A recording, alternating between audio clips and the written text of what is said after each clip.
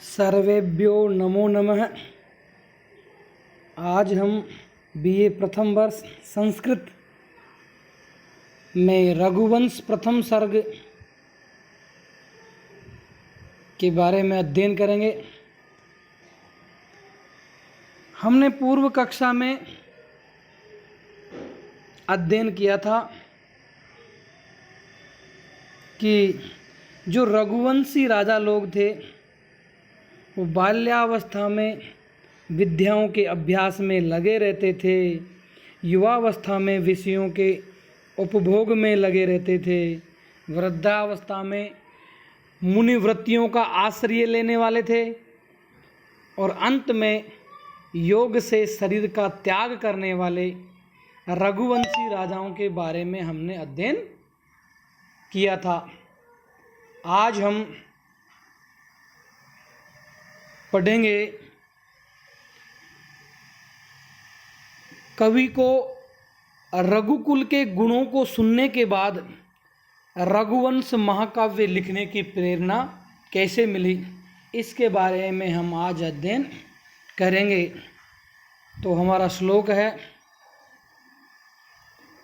रघुणाम अन्वयं वक्षे तनुवाग विभवोऽपि सन् तद्गुणैकर्णमागत्य चापलाय प्रचोदितः। रघुणामन्वयं वक्षे तनुवाग विभवोऽपि सन् तद्गुणैकर्णमागत्य चापलाय प्रचोदितः। सर्वप्रथम हम श्लोक का अन्वय करते हैं।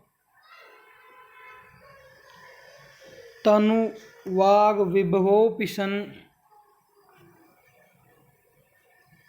तद गुणै कर्णम आगत्य चापलाय प्रचोदितः। रघुणाम अन्वयम वक्ष्य। अन्वय के अनुसार अब हम इसका अर्थ देखते हैं। तनुवाग विभव अर्थात सीमित वाणी का वैभव या थोड़ी वाणी की शक्ति वाला। तद्गुणे रघुवंशी राजाओं के गुणों के द्वारा कर्णम आगत्य कानों के समीप आकर अर्थात रघुवंशी राजाओं के गुणों को सुनकर चापलाय बिना विचारे शीघ्र कार्य करने के लिए चंचल बुद्धि से प्रचोदितः प्रेरित होकर या प्रेरणा को प्राप्त होकर या प्रेरणा पाकर। रघुणाम अन्वयम वक्षे रघुकुल में उत्पन्न राजाओं के कुल का वर्णन करूँगा या रघुवंश में उत्पन्न राजाओं का वर्णन मैं करूँगा, ऐसा इसका अर्थ है।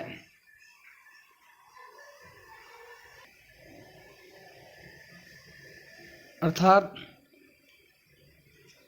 वाणी की सामर्थ्य के कम होने पर भी, मुझ में कवित्व शक्ति के सीमित होने पर भी मैं अपने कानों से सुनकर अपनी चंचलता से प्रेरित होकर रघुवंशियों के वंश का गुणगान करने के लिए तैयार हो गया हूँ। अर्थात वर्णन करने की शक्ति बहुत कम होने पर भी रघुवंशी राजाओं के गुणों का मेरे कानों के समीप आकर अर्थात राजाओं के कुल के गुणों को सुनकर बिना विचार किए हुए ही प्रेरणा को प्राप्त होकर मैं कवि कालिदास रघुकुल में उत्पन्न राजाओं के वंश का वर्णन करूँगा। इसका यह अर्थ हुआ। अब हम चलते हैं अगले श्लोक की तरफ। अगला श्लोक है, तम संतः श्रोतुम अर्हन्ति सदसद्व्यक्ति हेतवः हे मनः संलक्ष्यते ह्यग्नौ विशुद्धि श्यामिकापि वा तं सन्तः श्रोतुम् अर्हन्ति सदसद्व्यक्तिहेतवः हे मनः संलक्ष्यते ह्यग्नौ विशुद्धि श्यामिकापि वा।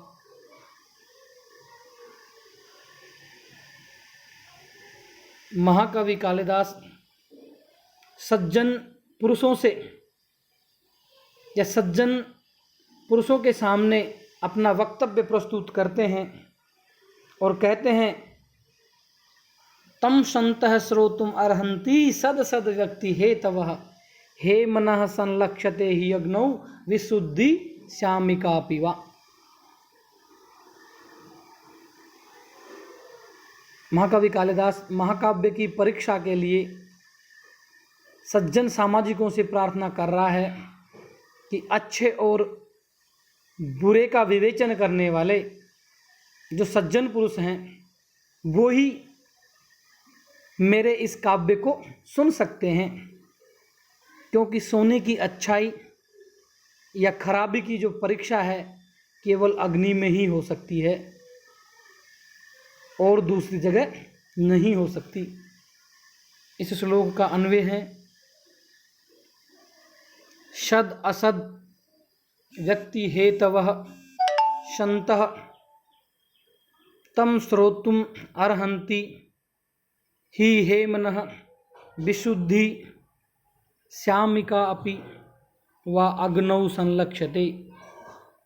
सद असद अर्थात गुण और दोष, व्यक्ति हेतवः अभिव्यक्ति के हेतु अर्थात भले और बुरे की पहचान करने वाले परीक्षक, संतः सज्जन लोग, तम उसको, श्रोतुम सुनने के लिए, श्रोतुम सुनने के लिए, अर्हन्ति योग्य हैं, ही क्योंकि, हे मनः सोने की, सुवर्ण की, विशुद्धि शुद्धता की, श्यामिका श्यामता की, दोष की, अपि भी अग्नौ अग्नि में ही, संलक्ष्यते परीक्षा की जाती है, अर्थात परीक्षा होती है। तो इस श्लोक का अर्थ हुआ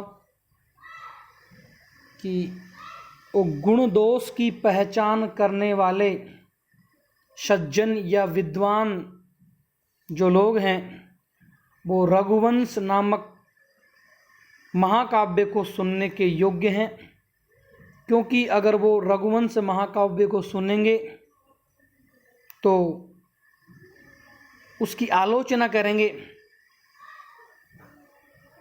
वो मेरे ज्ञान में वृद्धि करेंगे, क्योंकि सोने की शुद्धता और पवित्रता की या दोष को केवल अग्नि में ही परीक्षा की जा सकती है। तो महाकवि कालिदास इस श्लोक में ऐसा कहते हैं। उनका भाव है कि जो आलोचक सज्जन हैं वो प्रार्थना करता है कवि कि वे ही किसी भी कृति के गुण और दोषों के निर्णायक है, क्योंकि स्वर्ण का खरा और खोटापन जिस प्रकार अग्नि में ही ज्ञात होता है, अतः कवि ने आलोचक सज्जनों का अग्नि और अपनी कृति को स्वर्ण के समान अभिव्यक्त किया है, बताया है। इस श्लोक में अर्थांतरन्यास अलंकार है। अर्थांतरन्यास अलंकार में कोई सामान्य बात कहकर उसका विशेष से अथवा कोई विशेष बात कहकर उसका सामान्य से समर्थन किया जाता है। इस अलंकार वाले श्लोक में कोई न कोई सूक्ति विद्यमान रहती है। यहाँ कालिदास ने प्रथम पंक्ति में एक विशेष बात कहकर नीचे वाली पंक्ति में उसका सामान्य से समर्थन किया है। अतः इस श्लोक में अर्थांतरन्यास अलंकार है।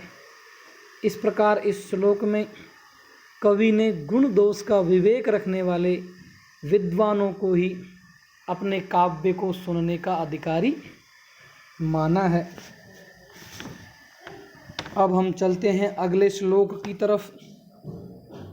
अगला श्लोक है वेवस्वतो मनुर्नाम माननीयो मनीक्षिणाम आसीन्महीक्षितामाद्यः प्रणवश्छन्दसामिव।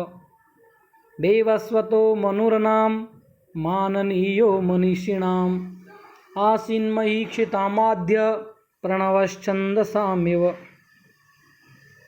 इस श्लोक का अन्वय इस प्रकार है।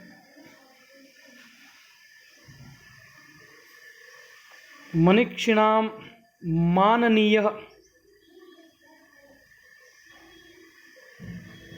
छन्दसां प्रणवः इव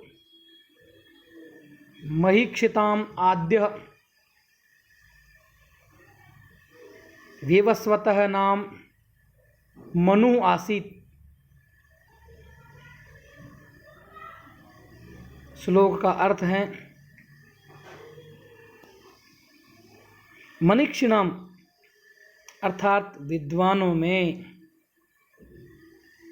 माननीय पूजनीय या पूज्य श्रेष्ठ, वेवस्वतः विवस्वान सूर्य का पुत्र, विवस्वान सूर्य का पुत्र,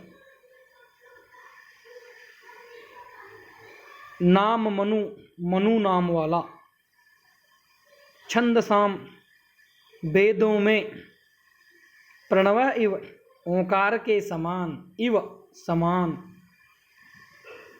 महीक्षिताम राजाओं में, आद्य प्रथम आदिभूत, आसित हुए। अर्थात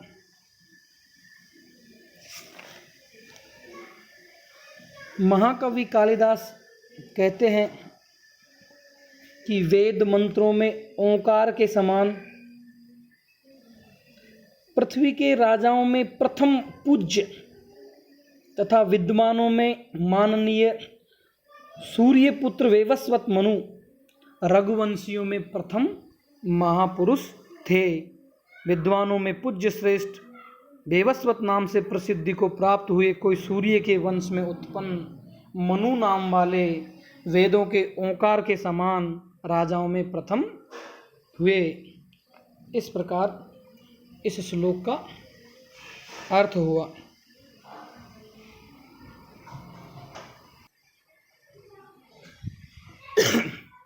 अर्थात वेदों में ओंकार के समान सबसे पहला राजा वेवस्वत नाम का मनु था, जो विद्वानों का पूज्य था।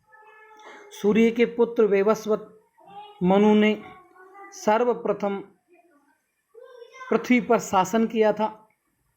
इन्हीं के वंशज इक्ष्वाकु नाम के राजा थे, जिन्होंने अयोध्या को राजधानी बनाया। इसी वंश में दिलीप आदि राजा हुए।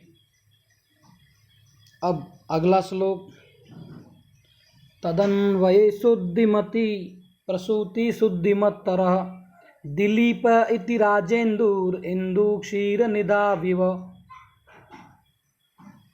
तदन्वये शुद्धिमती प्रसूत शुद्धिमत्तरः दिलीप इति राजेन्दुर इंदु क्षीर निधाविव। श्लोक का अन्वय है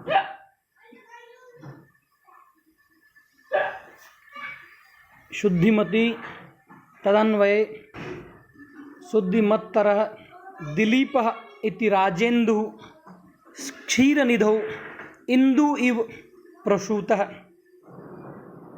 महाकवि कालिदास रघुवंश के प्रधान पुरुष दिलीप के जन्म का सर्वप्रथम इस श्लोक में वर्णन करते हैं। शुद्धिमती अत्यंत पवित्र, तदन्वये उस सूर्य वंश में, शुद्धिमत्तरः, अत्यंत पवित्र निष्कलंक दिलीपः, दिलीप इस नाम से प्रसिद्ध राजेंदु, राजाओं में सर्वश्रेष्ठ, क्षीर निधो, क्षीर सागर में, क्षीर सागर में, इंदु चंद्रमा के, इव समान, प्रसूतः जातः या उत्पन्न हुआ। तो श्लोक का अर्थ है अत्यंत पवित्र उस सूर्य वंश में, अत्यंत पवित्र निष्कलंक चरित्र वाले, राजाओं में सर्वश्रेष्ठ राजा दिलीप पैदा हुए, जैसे क्षीर समुद्र से चंद्रमा पैदा हुआ था। जिस तरह क्षीर सागर में चंद्रमा उत्पन्न हुआ था, उसी के समान उस परम पवित्र वंश में पवित्र बुद्धि से युक्त राजाओं में चंद्रमा के समान राजा दिलीप उत्पन्न हुए। इस श्लोक में राजा दिलीप के जन्म का वर्णन किया गया है और जो यह श्लोक है उसमें उपमा अलंकार है। इंदु क्षीर निधाविव, इव अर्थात समान, तो यहाँ पर उपमा अलंकार का प्रयोग हुआ है। तो प्यारे विद्यार्थियों, आज बस इतना ही। नमो नमः।